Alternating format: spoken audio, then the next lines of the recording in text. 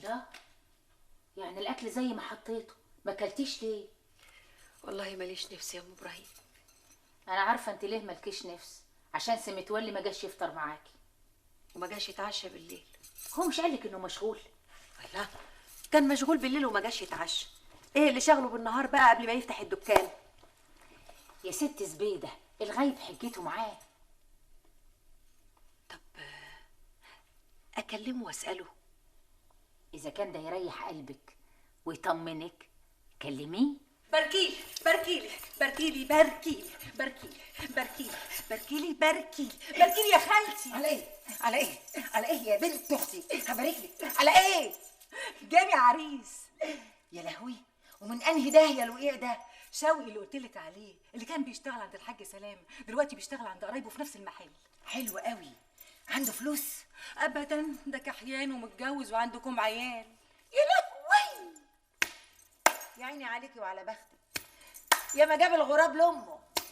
ليه يا بنت اختي تعملي في نفسك كده؟ ليه يا اختي توقعي نفسك الوقعه السودا دي؟ هو يعني انا كنت لقيت غيره وقلت لا يا خالتي. ما قلتلك اجوزك ابو الغيط، انت اللي قلتي لا. لا يا اختي، انا ما امنش الراجل ابدا، مطول شعره لكتافه زي النسوان كده. بكره نقعد جنب الحيطه ونسمع العيطه. الحقيقة أنا أما أشوفك بقى بقول لك. لا بخير، لا أنا كويس الحمد لله. بالليل يعني ربنا يسهل. أنا ما أقدرش أنزل لك كلمة. حاضر، أنا جاي بالليل. ما يلزمكوش أي حاجة. مع السلامة.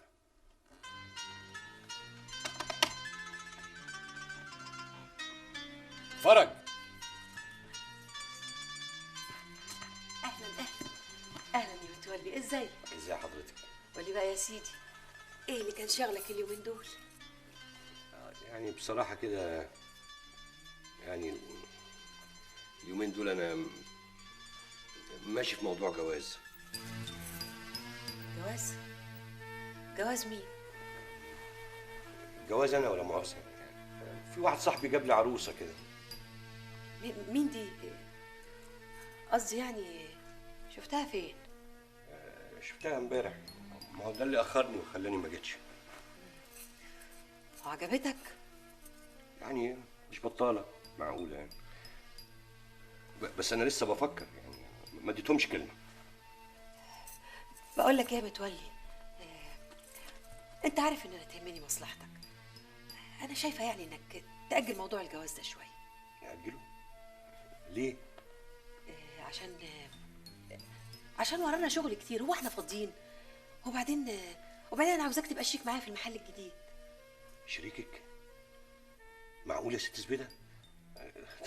طب وانا حلت ايه عشان اشاركك بيه؟ ما انت عارفه كبير وغطاه. يا متولي انت تستاهل كل خير، كفايه مجهودك ووقفتك جنبي بعد موت المرحوم الله يرحمه. الف رحمه ونور عليه. وبعدين انت اللي دلتني على المخزن اللي كان فتحة سعد علينا. واحد غيرك كان وزه الشيطان وباعه لاهل المرحوم وقبض الثمن. ليه؟ هو انا قليل الاصل للدرجه دي؟ انا لحم كتافي من خير البيت ده. يعني انا ما عملتش غير الواجب، وهفضل اسير فضلك طول العمر. خلاص، من بكره هتبقى شريكي. شريكك ازاي بس؟ زي ما بقول لك كده. طب انا حلت ايه عشان اشاركك بيه؟ حيلتك مجهودك. مجهودي؟ ايوه مجهودك. هو انت مجهودك شويه يا سي متولي؟ طب ده الست زبيده بتقول ان انت اللي شايل الحمل كله فوق كتافك، ولولاك ما كنتش تعرف لا تروح ولا تيجي. بس بشرط انك بقى تشوف شغلك وتنتبه ليه. انت لازم تبدي شغلك على رأي المثل، اصلك عملك. وبعدين انا مش فاهمه انت مستربع على الجواز ليه؟ هو ده وقته؟ هو صحيح الجواز حلو، بس لازم تستنى كده وتنقي العروسه اللي تناسبك وتناسبها. ام ابراهيم، هاتي الامان. حاضر. طب اقول لك تصبحي على خير واستاذن انا. ايه ده تستأذن ايه؟ انت هتتعشى معانا. معلش بلاش الليله دي. اتفضلي. هاتي يا ام ابراهيم. البدله دي انا جايبها لك. ده كتير قوي يا ست زبيده. لا مش كتير، بس على الله يعجبك ذوقي بقى. هو في ذوق يعلى على ذوقك؟ ربنا يخليكي وما يحرمنيش منك ابدا. تلبسها وتتهنى يا سي متولي. حضري العشاء يا ام ابراهيم. حاضر يا ست الستات.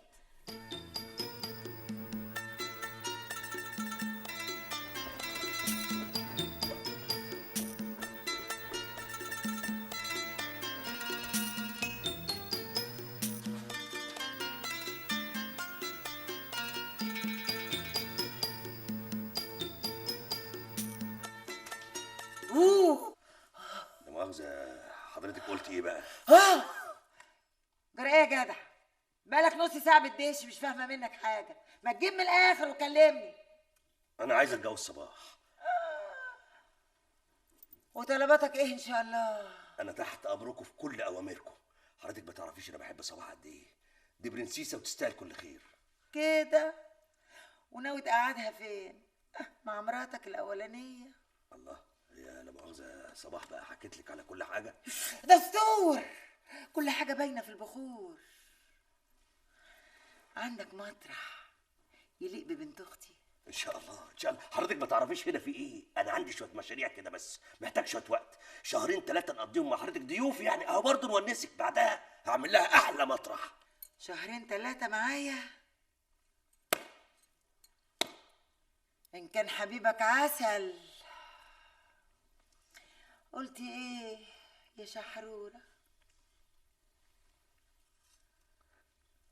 لا مؤاخذه، السكوت علامه الرضا، يعني موافقه. ان شاء الله نكتب يوم الخميس ونعمل احلى فرح اتعمل في الحته. افك بقى بعافيه عشان اجهز نفسي. سلام عليكم. ادعي لنا يا حاج. سلام عليكم. شوف يا اخويا الراجل سابنا في ابو نكله ازاي. الله، ما تردي يا بنت وتقولي حاجه. يوه يا خالتي، اهو دل راجل ولا دل حيطه. كده برضه دل راجل ولا دل حيطه. طيب يا حبيبتي، بس هما 3 اشهر بس. حاضر. وبعدها تغوروا. يا بنت السلطان بتحن على الغلبان، المية في ايديكي عدوية عطشان، وسعيدة يا حلوة سعيدة مواصلاتك بعيد، شاوري لي وانا اجيلك مان سافر عالية قوي. يا بنت السلطان بتحن على الغلبان، المية في ايديكي عدوية عطشان، وسعيدة يا حلوة سعيد مواصلاتك بعيد، شاوري لي وانا اجيلك ماشي سافر العريس قوي.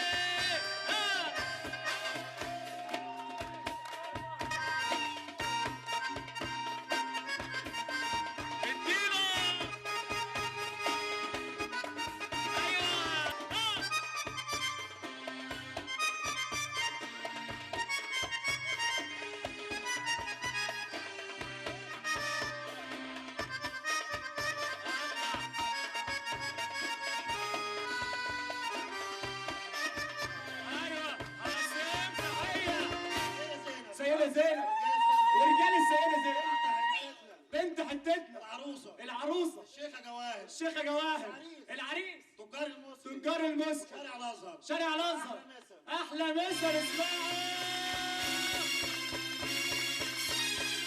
سقف العالية زغروطة. اديله.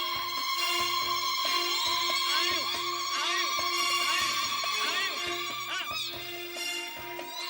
السقف العالية.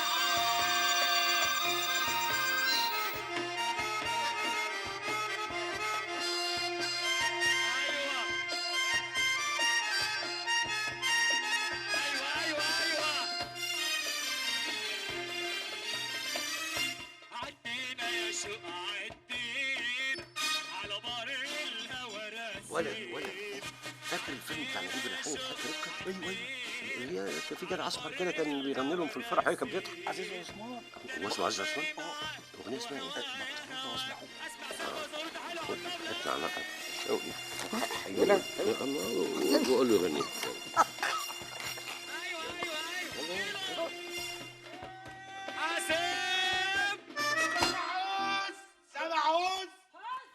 فرحنا النهارده عندي بكره عندك. عريس الليله وكل ليله معلم شوقي عشرة العمر، عشرة العمر عريس. عم متولي بيحييك، وعم حسين بيحييك، واخوك الصغير فرج بيحييك. احلى فرحه فرحناها كلنا. واللي بيحبنا ما يضربش نار، اللي بيحبنا ما يضربش نار حرصا على ارواح العصافير.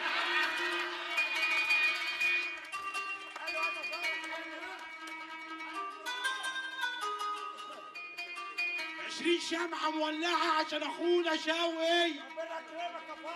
شكرا، تحية وصاحب التحية. بطلونا واسمعونا ياما لسه نشوفوا ياما الغراب يا وقعة سودا جوزوه أحلى يا ماما. بطلونا اسمع السقفة العالية. بطلونا واسمعوا ده ياما لسه نشوفوا ياما الغراب يا وقع سود جوزوه أحلى يا ماما. بطلون أيوة سقفة العالية أوي.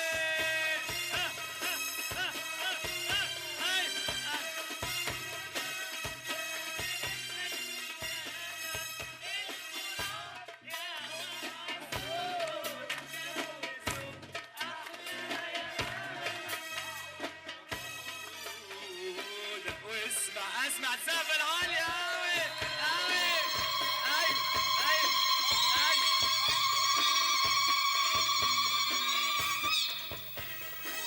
ايوه ايوه.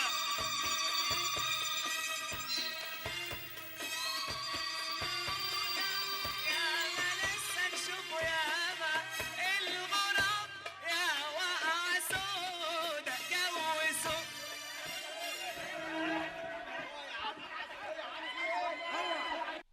دي أول خطوة. الخطوة التانية بقى تفتحي له سيرة الجواز. ازاي بس يا ام ابراهيم واحنا لسه الليله عمالين نقول له ما تتجوزش؟ دي جوازة ودي جوازة. ايوه بس كده يا ام ابراهيم هيعرف ان احنا رسمينها مع بعض. ما يعرف، هو كان يحلم بجوازة زي دي؟ لا لا، انا بقول نستنى شويه. نستنى؟ نستنى ده ايه؟ نستنى لما واحدة تانية تيجي تخطفه منك؟ على رأي المثل حابي على طيرك لا يلوف لغيرك. انت شايفه كده؟ طيب افتحه. لا يا اختي لا، كرامتي ما تسمحش. انا بقى كرامتي تسمح، وسيبيلي الموضوع ده. هتقولي له ايه؟ قومي قومي يا خالتي بسرعه قومي. جرأية يا بنت اختي فيكي ايه؟ غطيني غطيني وصوتي عليا يا اختي. ليه يا بنت؟ عملتي ايه يا مدهوله؟ مش انا اللي عملت، حظي المهبب هو اللي عمل. متولي اللي كان ما يحتكمش على 8 جزمه غير اللي في رجليه، دلوقتي بقى شريك الست زبيده. شفتي الامل اللي عدت من قصادي وقالت لي غني ظلموه. ما انت يا كهينه انت اللي جريتي على الجواز، اتجوزتي جوازه عامله زي الطبيخ القرديحي. وانا كنت لقيت جوازه تانية وقلت لا. لا ما شايلينيش ذنبك. انا قلت لك اقعدي واستنيني، هجوزك جوازه هنا يهننك ويستتك ويقعدك ست بيت، ما تشيليش الياسمينه من الارض. انت اللي استربعتي على الجواز. انا عارفه البنات بتستربع على الجواز ليه. والدور والباقي على جوزي المنيل، عايز نرجع اخدم في البيوت تاني عشان اساعده في المعيشه. يا اختي اشربي بقى. انا قلت اشتغل معاكي في كار الزار والاسياد بدل مرمطتي في البيوت. برضو عندك حق، اهو انت بقى اولى من الغريب. لحمي لازم المه في حضني، وبعد عمر طويل قوي قوي تبقى الشيخه صباح. لو سمحتي بقى امضي لي اول 3 شيكات. معاك القلم؟ اتفضلي. استني، مش تعرفي الشيكات دي بتاعت ايه قبل ما تمضيها؟ اخص عليك يا متولي، هو انا هفتش وراك يا راجل؟ ده انا مأمنك على حالي ومالي وكل ما امله. ربنا يخليكي. على العموم الشيكات دي تمن الماني فاتوره اللي خدناها من الحاج شاهين، خليتهم على 3 دفعات يعني عشان يبقى معانا سيوله نقدر نمشي بيها الشغل الباقي. والله لو قعدت تفهمني من هنا لبكره وتشرح لي ما هفهم الشغل بتاعكم ده خالص. ازاي؟ ده انت اكبر تاجره قماش ومانيفاتوره. بالاسم وبس. طيب استاذن انا بقى. هلا ما لسه بدري. معلش يعني يا دوبك عقبال ما اروح وانام، لاني الصبح بدري هسافر المحل عشان اجيب كستور. ربنا معاك. تصبح على خير. وانت من اهل الخير، مع الف سلامه. تصبح على خير يا ام ابراهيم. وانت من اهله يا سي متولي.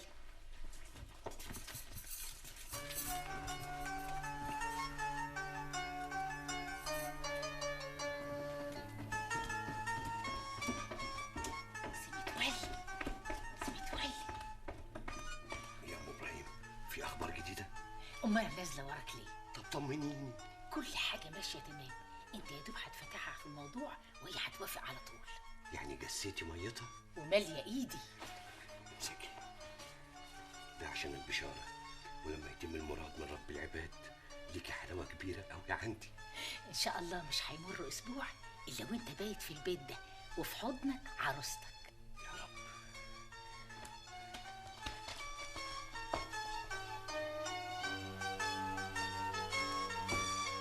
اتفضلي يا ست زبيده، حاجه مش قد المقام. ليه يا سي متولي؟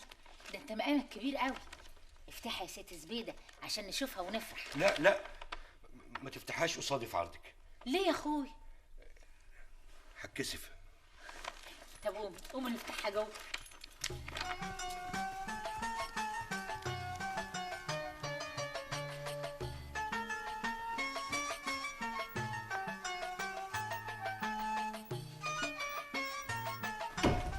شوف ايه اللي ايه. افتحي بره.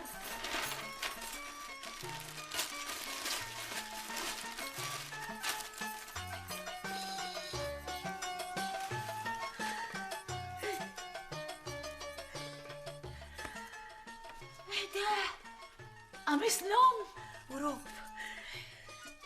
الجدع رمى بياضه. شوف انت بقى هتقدمي له ايه.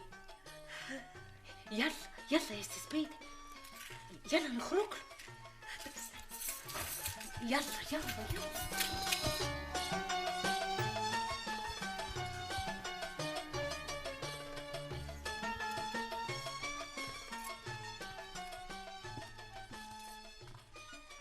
ايش يا سي متولي، ايه الحاجات الجميله دي؟ المهم يكون عجب ست الكل. ما دام عجبك يبقى خلاص لازم يعجبنا. تلبسيه وتتهني بيه يا ست زبيده. اما اروح اعمل لكم حاجه تشربوها.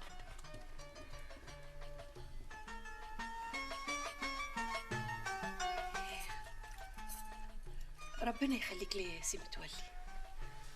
ويخليكي ليا انت كمان.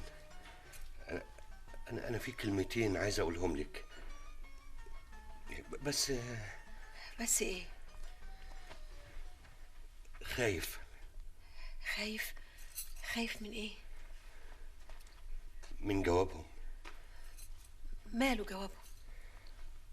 لما يجيش زي ما بيتمنى قلبي. لا ما تخافش، قول. انا مهما عملت مش هقدر اردلك جزء من جمايلك وافضلك عليا، لانها كتير. وده اللي طمعني واللي خلاني اتاكدت ان انا حسيت ان سعادتي مش ممكن تكون الا وانا جنبك. ايه سكتي ليه؟ مستنياك تكمل. مش قادر. ليه مش قادر ليه؟ حاسس زي ما يكون في نجمة في السماء وانا مش قادر اطولها. هي تقرب لك بس هي تشاور لي وانا اطلع لها. اطلع يا متولي. تتجوزيني يا ست الكل؟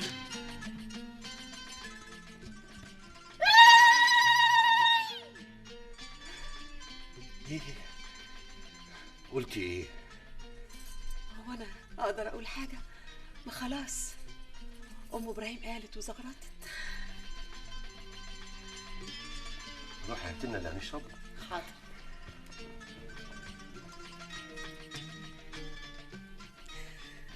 مبروك عليا يا زبيدة. الله يبارك فيك.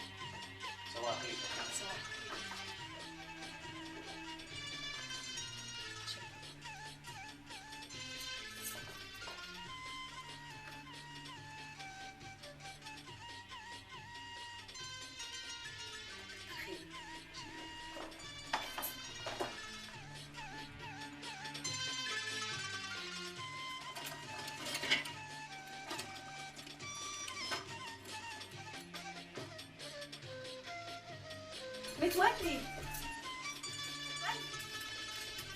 يلا متولي اصحى بقى. يوه على الكسل. الله، البحر شكله حلو قوي.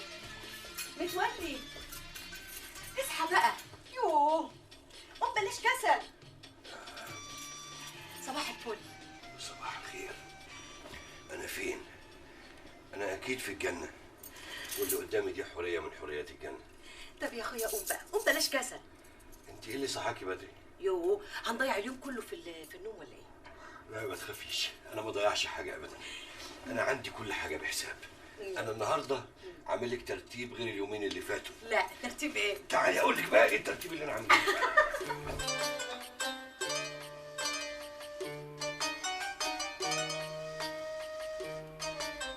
كملي.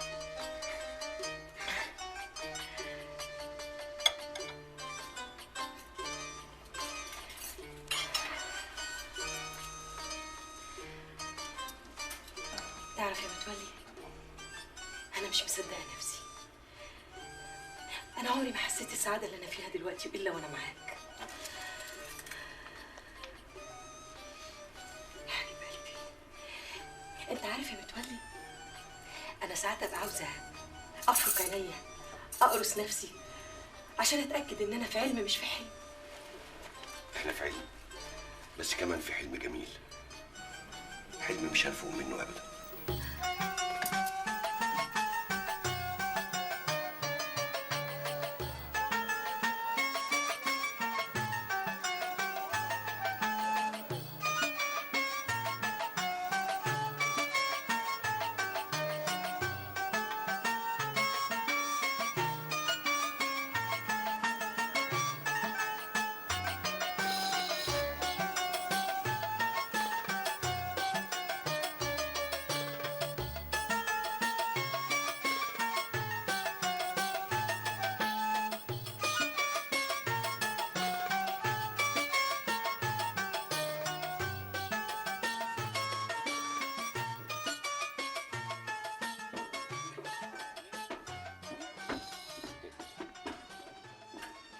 ايه؟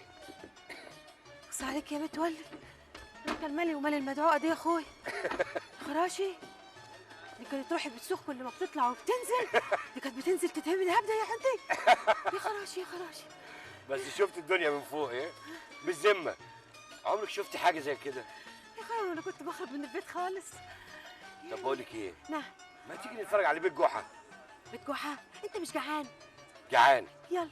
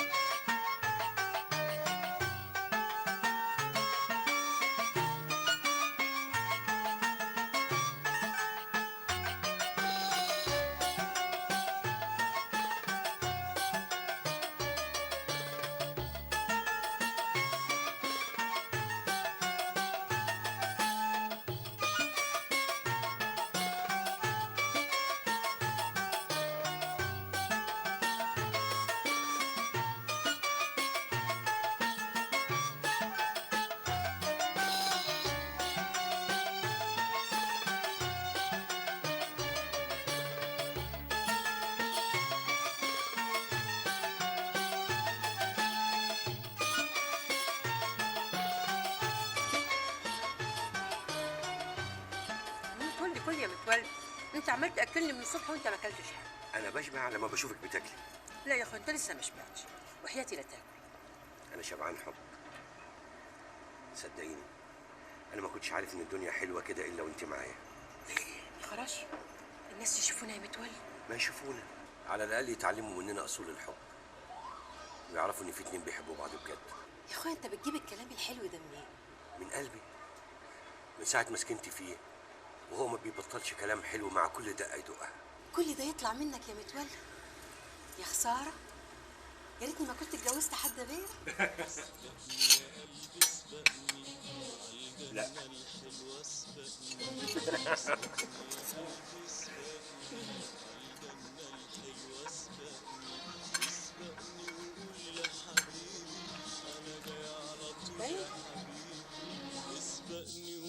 يا حبيبي انا جاي على طول يا حبيبي، الحقني اوام الحقني الحقني اوام الحقني عالجنة الحلوة اسبقني.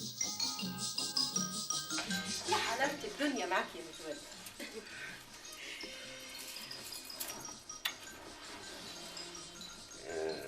زبده، احنا لازم نوضب الشنط، هنسافر بعد الغدا. بس عليك يا متولي، انت مستعجل ليه؟ ما تخلينا قاعدين كمان يومين.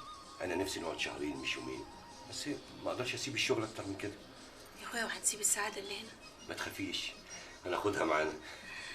بس انت يا اخويا الشغل بياخدك مني. ما تقوليش الكلام ده، انا خايف انت اللي تاخديني من الشغل. عارفه، هبقى واقف في المحل وفكري كله معاكي. بس انت هنا قدامي يا حبيبي، في كل لحظة شايفاك. عاوز تخرجني من الجنة ليه؟ وانت كمان هتوحشيني يا روح قلبي. انت عارفه الاسبوعين اللي قضيناهم مع بعض هنا دول عمر بحاله. عمر يتمنى اي انسان ان يعيشه، وبعد كده ما يهموش اذا كان يعيش او يموت. بعد الشر عليك يا حبيبي، ما تقولش كده. بس الشغل كمان له اعتباره، صدقيني الشغل هيزود متعتنا. ازاي بقى؟ هقولك، يعني كل الشغل ما زاد كل ما زاد المكسب يعني الفلوس، والفلوس دي هتخلينا نتمتع زي ما احنا عايزين. تفتكر يا حبيبي الفلوس لوحدها كفاية عشان نبقى سعداء؟ لا طبعا، الفلوس لوحدها مش كفاية، بس البني آدم محتاج لها عشان يقدر يوصل للسعادة. ايه ده؟ قرديحي؟ مفيش لحم النهارده برضه يا صباح؟ كل ده ومش عاجبك؟ مش عاجبني، ده اكل زي الضرب على الركب. ركب؟ تكونش قاعد في مصمت بسلامتك؟ ليك حق يا اخويا تتأمر وتتشمر وتغضب كمان، ما انت بتاكل في قتة محلولة. اللي يسمعك كده يا خالتي يقول يا ما هنا يا ما هناك. حقيقي النسوان دي عتاب. قلت ايه يا اخويا؟ سمعني. بقول النسوان دي عتاب، وانا حظي جه في عتبه نحس. كانش ربنا يرزقني بعتبه حلوه كده زي الواد متولي. انت ايش جاب لي جاب؟ طب هو صحن كباب. ليه؟ انت ناسيه ان احنا الاتنين كنا مستخدمين زي بعض عند الحاج سلامه الله يرحمه؟ لولا هو بس عرف يلف دماغ الولايه وياخد فلوسها، النهارده عنده 10 محلات في كل حته محل. انا هتجنن، جابوا الفلوس دي كلها منين؟ انت مش بتقولي ان قرايب الحاج سلامه ما ادوهاش غير الفتافيت؟ يا بت هو عارف يشغل الفلوس في السوق. يشغل ايه؟ اللي انتوا ما تعرفوش ان الحاج سلامه الله يرحمه كان عنده فلوس متلتله شايلهم في خزنه في البيت. مراته كانت عارفه الموضوع ده وخبته عن الورثه. واد متولي ده حظه من السما. يا اختي، مش زي انا حظي من الارض. وانت ايه اللي كان ضربك على ايدك؟ قالوا لي ان تحت القبه شيخ، قالوا لي ان خالتك اللي ما تسماش دي بتكسب دهب. ومن شر حاسد اذا حسد. يا سلام، ولا شفنا دهب ولا صفيح. بقول لك ايه يا جوز بنت اختي، ان كنت باصص لحتتين الدهب دول يا اخويا دول فالصو، بس انا بقى سايبه لك كنز يكفيك عمرك. ايه هو يا خالتي؟ العفاريت اللي راكباني. يا نهار اسود. اسمعي بقول لك ايه، انتوا برضه ما تعرفوش هنا في ايه. يا سلام، بقى محمود ادم قرايبه ناس كبار قوي كده. امال انت فاكر ايه؟ ده الشهر اللي فات جات له بضاعه مستورده فرشت ارض الجمرك ودفع عليها اي كلام. البركه في شافع بيه ابو العز عم مراته. هو شافع بيه ابو العز يبقى عم مراته؟ امال هو شغال ازاي؟ بيحس الراجل طبعا. اللي ليه ظهر ما ينضربش على بطن. معاك حق يا صابر، الفلوس لوحدها مش كفايه، لازمها اللي يحميها. الجاه ابدا من المال، هو اللي بيحرك المسائل. معاك حق. الو، ايوه يا ست الكل، اموري. عايزاك يا متولي، عندي ليك حته خبر مش ممكن هتصدقه ابدا.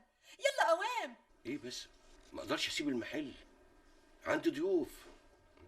طب قولي لي في التليفون ايه الحكايه؟ يعني ايه ما ينفعش في التليفون؟ حاضر هجيلك، مع السلامه. خير يا متولي، في حاجه؟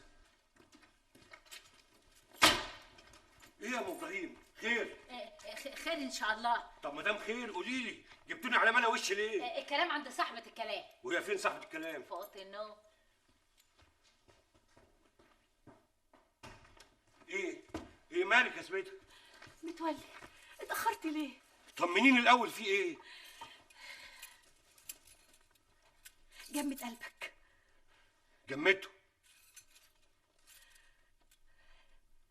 المعجزة حصلت. هتبقى أب يا متولي.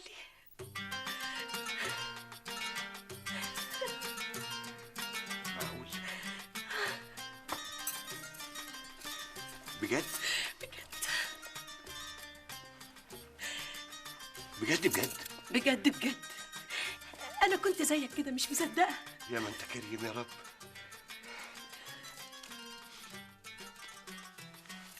اظني بقى دلوقتي اطمنتي ان العيب ما كانش منك.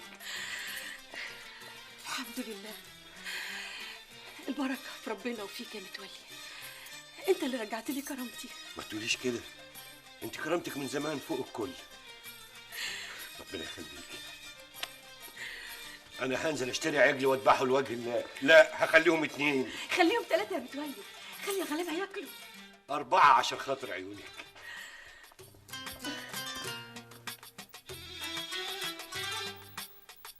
يا دين النبي.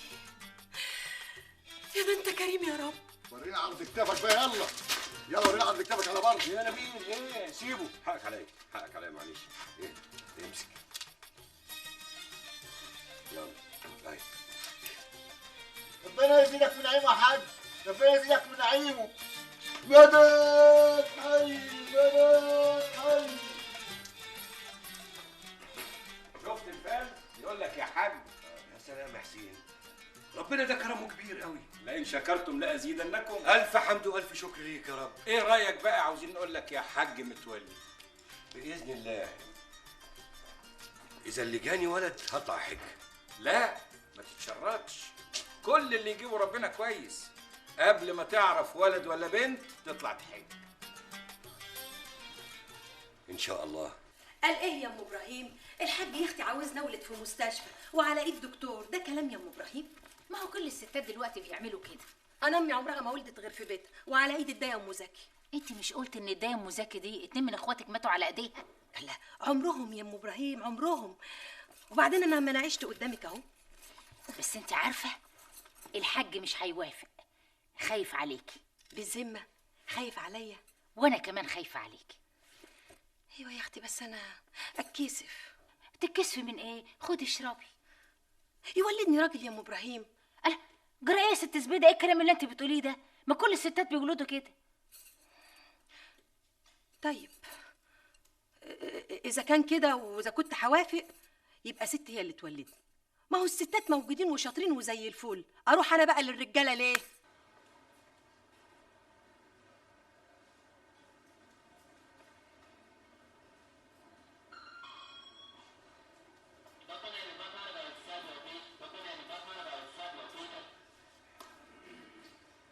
الله، طولوا قوي يا ام ابراهيم. ما هي البكريه دايما كده. انا جايب لها اكبر دكتور في البلد عشان يولدها.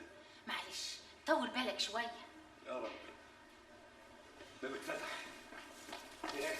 طمني يا دكتور، الست حالتها كانت صعبه قوي ودلوقتي الحمد لله اطمئن. الله يخليك، الله يخليك. هو ده اكبر دكتور في مصر؟ هم قالوا لي كده. الف حمد والف شكر يا رب. اسكت يا متولي يا خراشي، ده انا شفت الموت بعينيا. بعد الشر عليك يا حبيبتي، بس شفت انا كنت على حق ازاي لما اصريت انك تولدي في المستشفى وان اللي ولدك دكتور مش دكتوره. يا خراشي ده انا كنت مكسوفه موت لولا يا اخويا حقنه البنج اللي ادوها لي. الف حمد والف شكر، كرم ربنا كبير. يتربى في عزكم. انت ناويين تسموه ايه بقى؟ هاتي ناويين. بسم الله الله اكبر، بسم الله الله اكبر. امه تسميه؟ لا ما تجيش يا حاج، ده ولد وانت اللي لازم تسميه. انتوا هتقعدوا تتعازموا على بعض؟ اسميه انا. ايه رايكم في ابو سريع؟ اخصى عليك يا ام ابراهيم. ايه ابو سريع دي؟ انا مش عايزه يطلع عجلاتي، ده يبقى دراعي اليمين. بعد اذنك يا زبدتي، هسميه على اسم ابويا الله يرحمه، سعيد. ايوه عشان يبقى اسم على مسمى، سعيد متولي سعيد. بس بشرط. شرطك نافد من قبل ما تقوليه. تكتب اسمه معاك على يافطه المحل. اسمع انت. ناس وشرفت يا اهلا بيكم، نورتوا المحل. تحت امركم في اي وقت. الله يخليك. وصلنا ما فرج لحد عربيه. ياسين. ايوه يا حاج. اما تخلص اللي في ايدك تعالى لي. عينيا.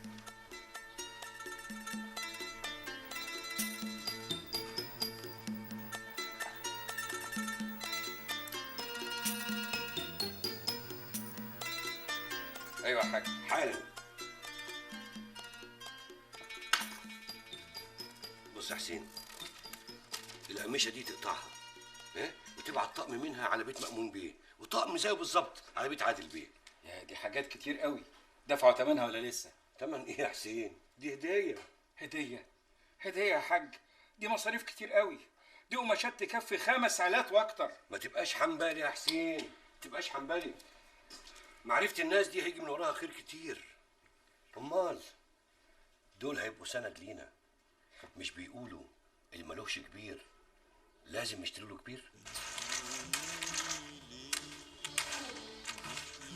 وايه الفايده يا حاج؟ صلي على رسول الله عليه الصلاه والسلام.